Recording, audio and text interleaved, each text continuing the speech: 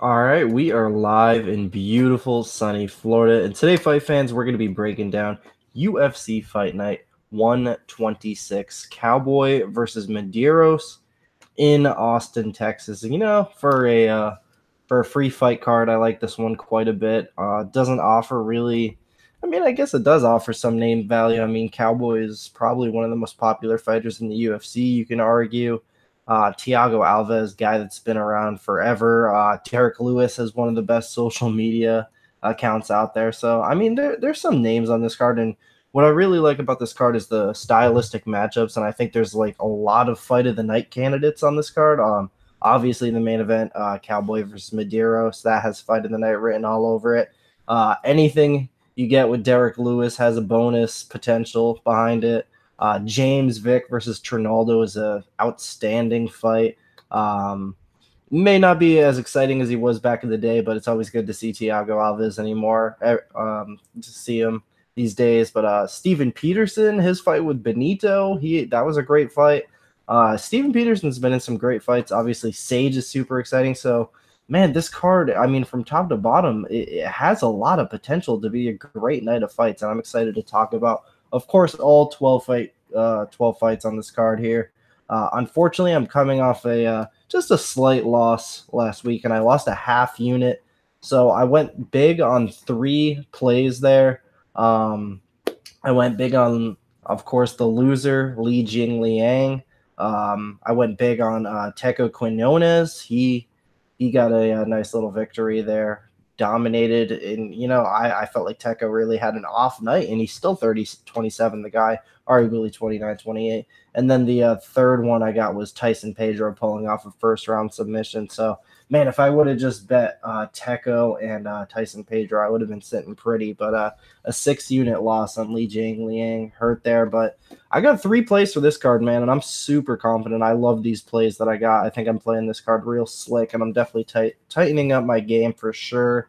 So I think we start the hot streak this card. So let's start from the bottom here. First fight of the night. We got Oscar P-Echota, minus 280, taking on Tim Williams, plus 240. Tim Williams, a guy who actually is a Ultimate Fighter guy, 2 seasons. He lost both seasons. One of the seasons he didn't even get into the house. Tim Williams, he's a big guy for the weight class. He's got decent grappling. He's strong, decent cardio. I mean, the striking has a lot to be desired, but he's kind of like a well-rounded, not particularly super good at anything type of guy, just your average run-of-the-mill journeyman, in my opinion. On a nice little win streak, but man, this dude, Oscar P-Echota, he's not bad, man. I mean, he's got the striking. Obviously, his grappling is what you really need to worry for. This guy has really, really good BJJ credentials, and he's knocking dudes out. 2 fights ago, he knocked a guy out in 32 seconds, 36 seconds before the fight before that. So he's putting together the hands as well. So I think, honestly, the grappling, even though I do give P-Echota an advantage there, I think it might just cancel each other out. We might see a stand-up war, and man, I honestly think Oscar P-Echota could knock this dude out on the feet, kind of like he did in the last 2 guys he fought in the regional scene. So I'm going to go with Oscar P-Echota here to pull off the first round knockout over Tim Williams.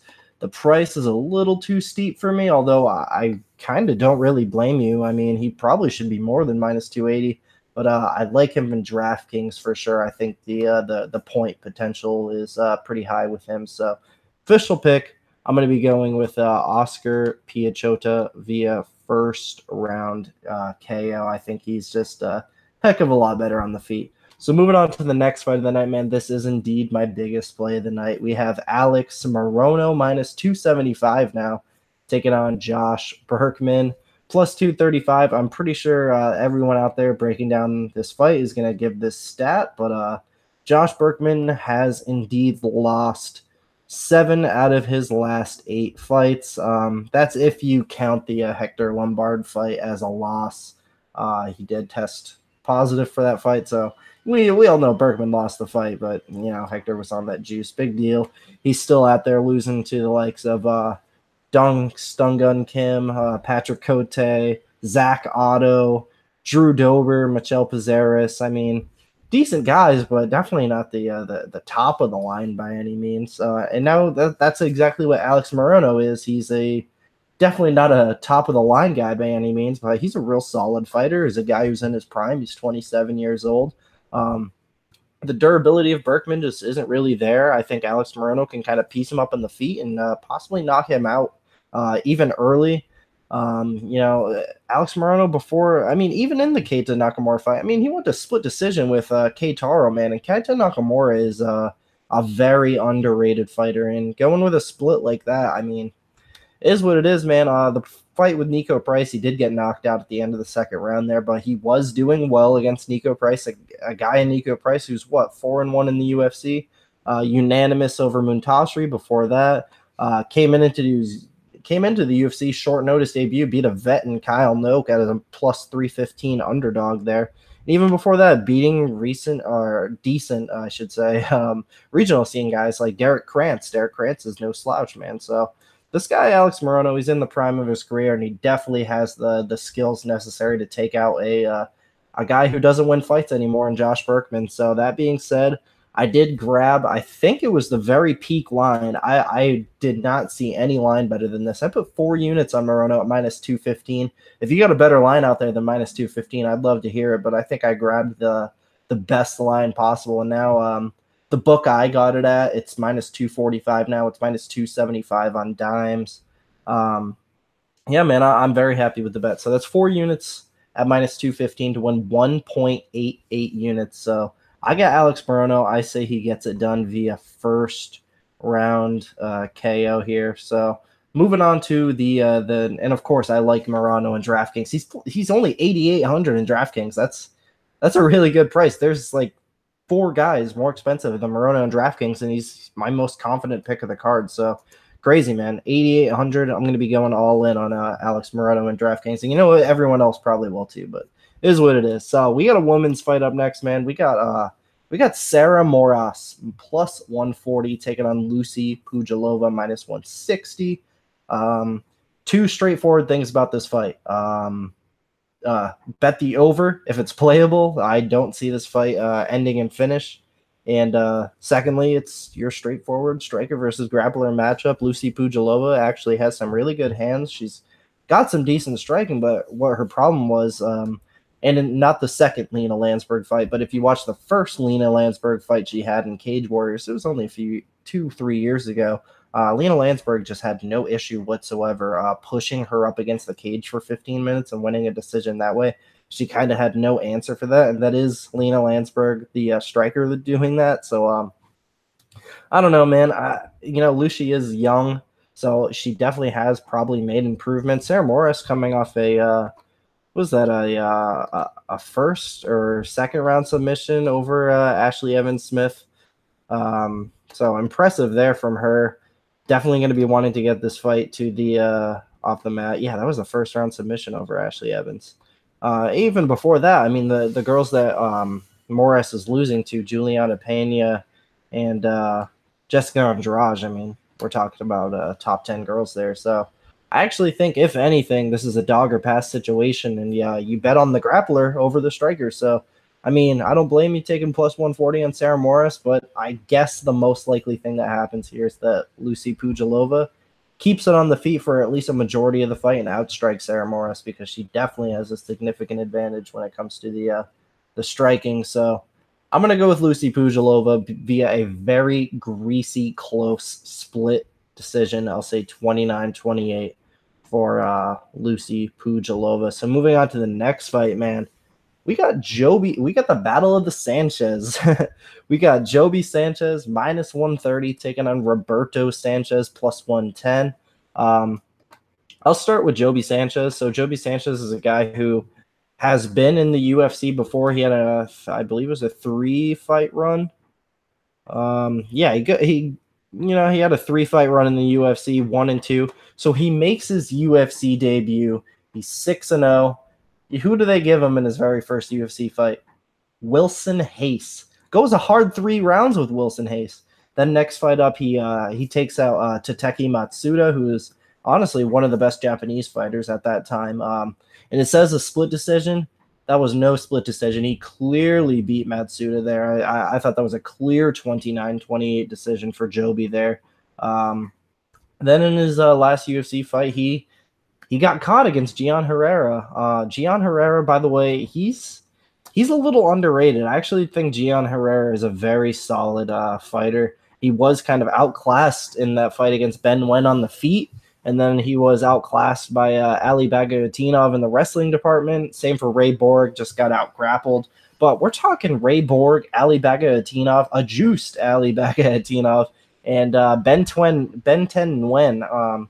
Three arguably top 10, top 15 guys there, and his lone win was Joby Sanchez, but I don't hold a lot against Joby Sanchez for that loss against Gian Herrera, but he was unfortunately cut after the Herrera fight. Then he comes out here, goes on a 4-win streak with 2 finishes since getting cut. 2 of those wins being on Dana White Contender Series, being one of the only few guys to win 2 fights on the Contender Series. First one, he beat Manny Vasquez, who's been a very good guy in the regional scene, Legacy, LFA, all that. Tough guy, 11-2. He unanimous decisioned him. And then he finished the TKO JP Buys, one of the best South African fighters out there. So, I like that Joby made improvements. I like that he's 27 in his prime now. He's kind of 26. He was a young kid in the UFC, and he's made improvements. Won a 4-fight win streak, came back like a world champ, and now he's back in the UFC, and he's fighting his fellow Sanchez guy, Roberto Sanchez. And, Roberto Sanchez, man, yeah, he came into the UFC 7-0, but doing some research on those guys that he beat in that 7-0 streak. So his last win, Jerome Rivera, who was 7-0 when he fought Roberto.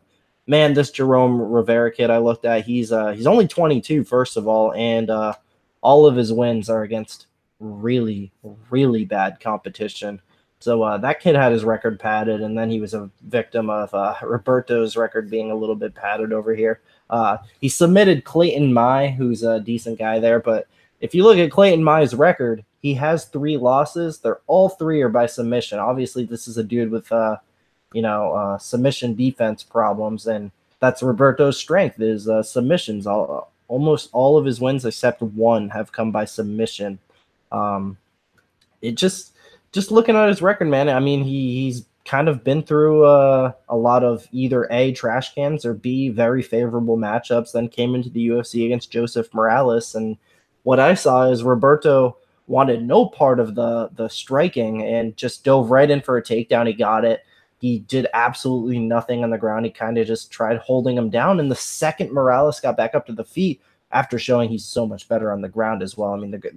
I mean, Roberto's grappling may have looked good against the jobbers in the regional scene, but Joseph Morales just completely neutralized his game and was doing more off his back, got up to his feet, and Roberto wanted out of that fight, man. He thought he was just going to be able to hold him down and submit him eventually. Not the case. Joseph Morales knocks him down maybe 5 seconds after they stand up, and he just absolutely obliterates him and chokes him out. Roberto Sanchez kind of showed some signs of a quitter in that fight, and maybe you can account that to his UFC debut, but I don't know, man. Joseph Morales is a 22-year-old kid who we saw in his last fight. He just had absolutely nothing in his last fight. I mean, we're talking about a very green fighter still. So the fact that a very green fighter in Joseph Morales went out there and submitted him in the first round, I think a very seasoned guy at this point, a guy who's been training very hard at Jackson's MMA. And I know Jackson's is going through some shit right now. They're on quite a bad losing streak, but I think Joby Sanchez gets them back on track here. And I'm betting Joby Sanchez, guys. I have 2.3 units on Joby Sanchez at -115. I don't see this being a very popular play this week. I don't think I've seen anybody else on him, but I'm very confident in Joby Sanchez, and he is one of my 3 plays. And I'm going to say he gets this done via second round submission. So 2.3 units on Joby Sanchez there. If it felt like I was rambling about that one, is because I have the bet in place, and I want to talk about that fight a little bit more. So, yeah, I'm pretty confident on Joby here. Obviously, 8,200. I like him a lot in DraftKings too. So, yeah, Joby Sanchez for the win. Next fight of the night, man, we got Jeffrey Neal, -210, taking on Brian Camozzi, +175, brother of Chris Camozzi. So, man, we've seen that Brian is really not much better than his brother. If anything, I thought he could be, but that's not the case at all, man. This guy is his ability to take a shot in the feet isn't that great. I mean, his offensive striking is actually not too bad. It's just his defense is poor. His grappling's okay. I mean, if anything, he probably is a little bit better than his brother, but he kind of just doesn't really put it all together in the octagon. And now we got Jeffrey Neal. He's up to minus 210. I feel like he opened a lot less than that. Like he opened at like minus 145. So he's been bet up. I guess I kind of get it. He's gonna win this fight in my opinion. But man, what if Jeffrey Neal kind of just chokes on the big stage in his UFC debut? What if Brian Camozzi just has a much better advantage on the mat than him? He gets it there and he submits the guy. I mean, would you really be that shocked? And like I said, Brian Camozzi has some offensive striking of his own. So if Jeffrey Neal gets a little sloppy in there, would I be shocked if Brian Camozzi hit him with something big and knocked him out? No, I wouldn't at all, man. So it is what it is here. I do think Jeffrey Neal probably gets it done. I think he knocks out Brian Camozzi some point late in the first round or early in the second round. I'm really looking forward to see what the prop is on doesn't go the distance in this fight because I really don't see this fight going 3 rounds. But I'm going to go with Jeffrey Neal. I'm going to say he gets it done by late first round KO. And I kind of like him in DraftKings. I'm going to be playing a little bit of him, but not going to be going all in by any means. So next fight of the night, man, this is a crazy line. We got Jared Flash Gordon minus 255 taking on Diego Ferreira plus 215, man.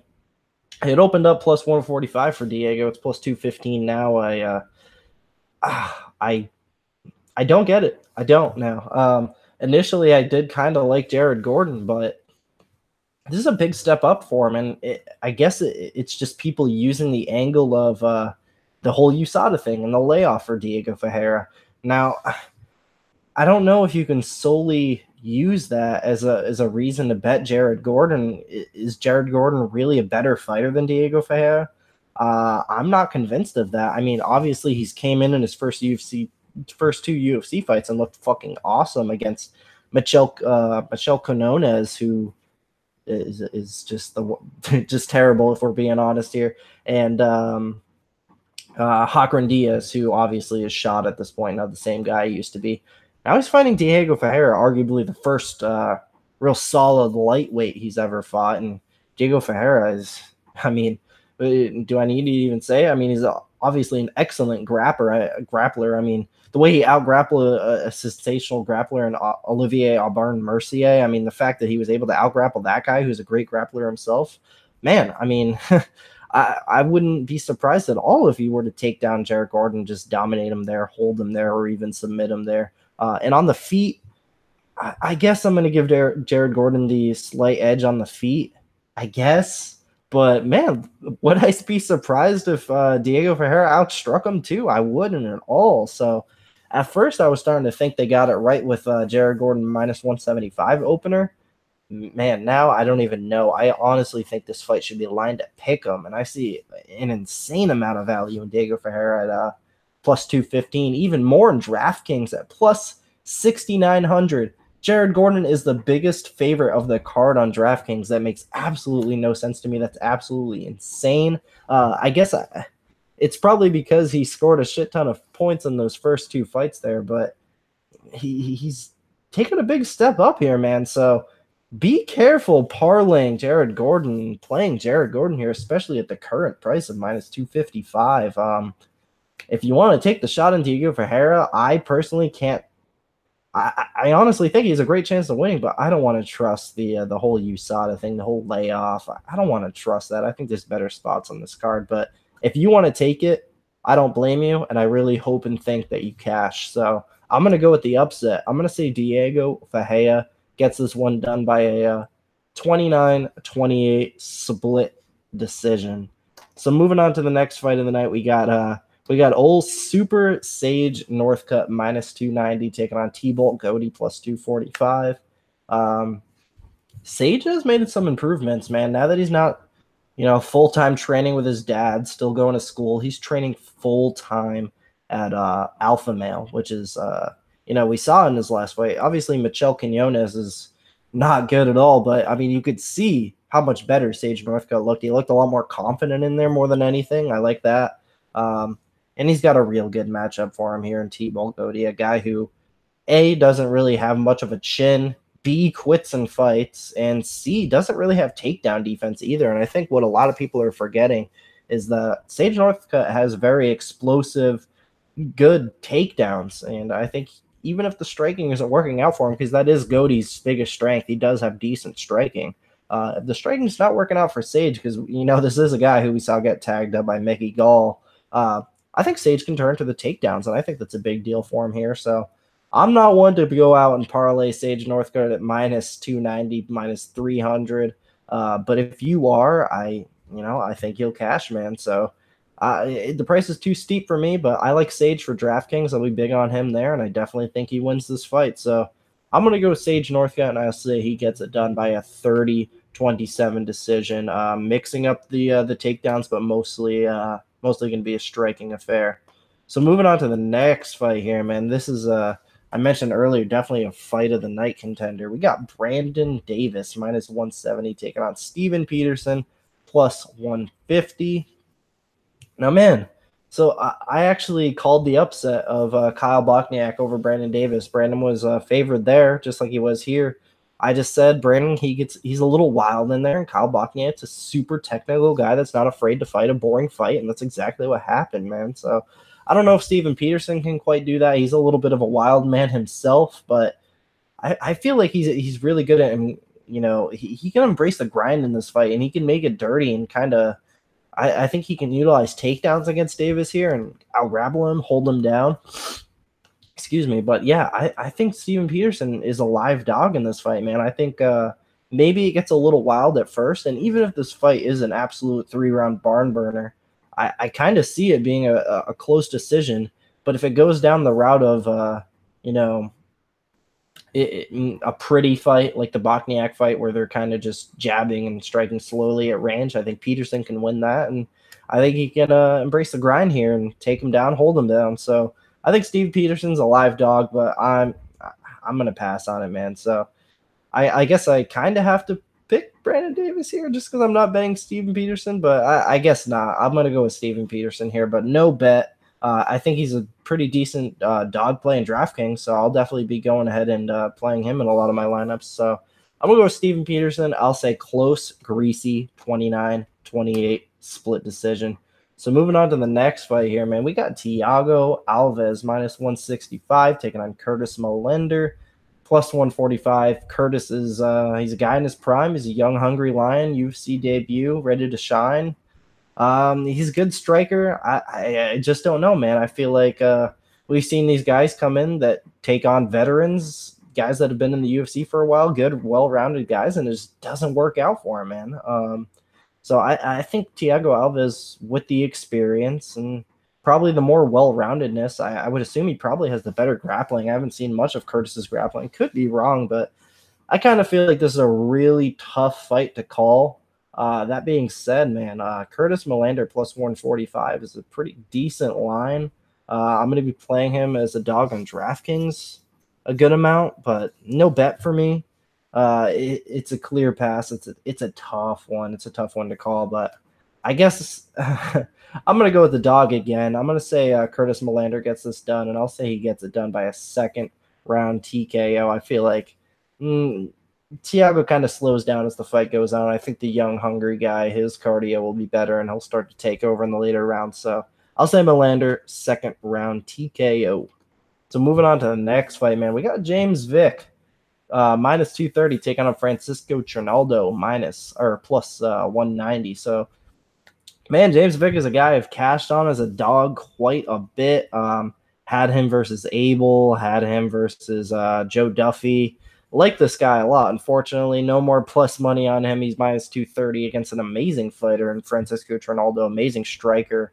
And, if anything, the one loss on his record for James Vick is Beneil Dariush, who is an outstanding striker and just kind of pressured him, got in his face, took care of that tall man's defense. But James Vick has cleaned up the defense. I don't think he's going to be running into those problems here. I think he should take care of the old man here. I think he should jam him up at range and start to pile it on there in the later rounds, let this dude gas out, probably try to go for takedowns. So I think James Vick has this fight all day, man. I feel like he's just the much more superior fighter at this point, a lot left in the tank, and I think he's ready to go on a run towards that top 5. So I think the line's right at minus 230. That being said, I don't really want to take him at minus 230. So I got James Vick. I'll say he gets it done by 3rd round, TKO. So moving on to the co-main event here, man. We got Marcin Tybura at minus 145 taking on Derek the Black Beast Lewis plus 125. Nice little heavyweight clash here, man. So this fight was booked about maybe 2 years ago. I think it was like supposed to be the Manila card. Remember when BJ Penn and Ricardo Lamas were supposed to fight? It probably wasn't 2 years ago. It was probably like a year and a half ago. But BJ Penn and Ricardo Lamas were supposed to fight. And this fight was the co-main event of that card. But the Lamas Penn fight fell through, so they ended up canceling that whole card. I had a bet on Marcin Tybura at plus, it was like plus 180 or plus 190. I know it was close to 2-1. Man, it's so much has happened since then, and it's crazy how much the line has like flipped on how they opened. But man, I wish I could get back that plus 180 on Tybura here, because I do think he wins this fight. I feel like he's sharper everywhere. He's the better striker. He's the better grappler. He's got better cardio. He's got more heart.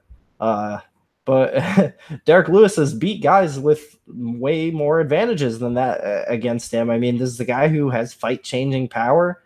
So, I mean, would it surprise me if he just clocked Tybura at any point and knocked him out cold? No. Would it surprise me if I got to the later rounds and Derek Lewis got on top and pounded Tybura out?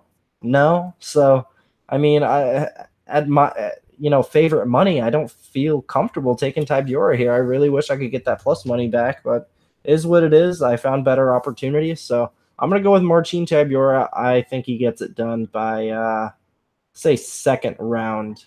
Now I'll say he gets it done by a decision. Boring decision.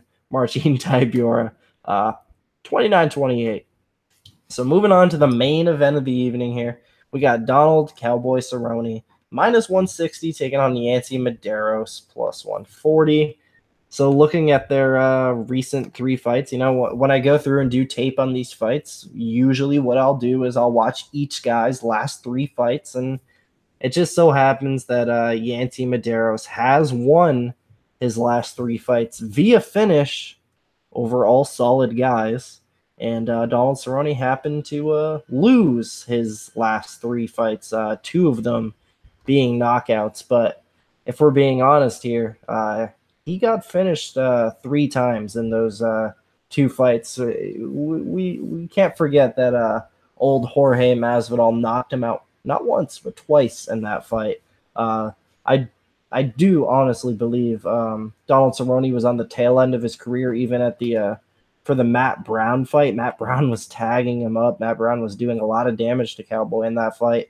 And then he comes in, gets knocked out twice by Jorge Masvidal. I feel like that's really the nail in the coffin that kind of did him in. Donald's a severely shot fighter at this point.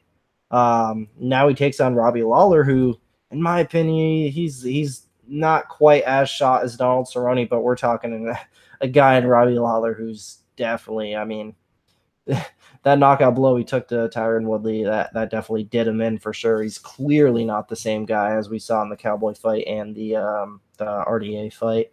And then his last fight, they throw him a young, hungry lion with a huge size advantage in Darren Till. Darren Till knocks him out in the 1st round, makes Cowboy look absolutely terrible. And man, so obviously it's a huge durability issue with Cowboy, and we got Yancy Medeiros, who has the opposite of a durability issue. I mean, this is a guy who does get hurt because he's not a perfect fighter. He does get punched and he does get hurt, but he fucking comes back, man, and he comes back with a vengeance. He comes back, and that fight against Alex Oliveira, who, keep in mind, Yancy Medeiros is a plus 270 underdog in that fight. Alex Oliveira is a sharp guy, and he was destroying Yancy, and Yancy showed the heart of a Hawaiian warrior, man, and he finished Cowboy Oliveira. It's a little worrying that Yancy did take all that damage and everything, but the dude is winning the fight. So honestly, man, I feel like Donald Cerrone probably is the more technical guy here with the better striking and better grappling, wrestling advantage, all that, yada, yada, yada. But what's he going to do? Is Donald Cerrone going to come in here and take him down and hold him down for 5 rounds? No, that's not what Cowboy does. Cowboy fights, man. So I feel like as soon as this fight becomes an actual fight and they start brawling, the more durable guy is going to survive and the more durable guy is going to win. And that more durable guy is Yancy Medeiros.